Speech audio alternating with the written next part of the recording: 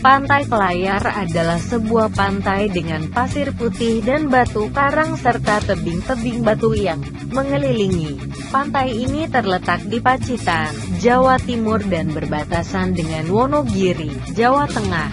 Tepatnya berada di Desa Kalang, Kecamatan Dinorojo, Kabupaten Pacitan. Jaraknya sekitar 40 km ke arah barat dari kota Pacitan. Pantai ini masih segaris dengan pantai Teleng Riau yang sudah dikelola sebagai tempat wisata terlebih dahulu. Pantai Kelayar memiliki air laut yang biru dan ombak yang sangat besar, sehingga pengunjung tidak diperbolehkan untuk berenang. Bibir pantai dihiasi tumbuhan pohon kelapa dan gubuk-gubuk lincak-lincak yang beratap daun kering.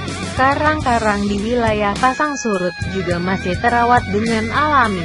Wisatawan juga bisa menyusuri karang-karang untuk menemukan kerang-kerangan moluska dan bintang laut echinodermata.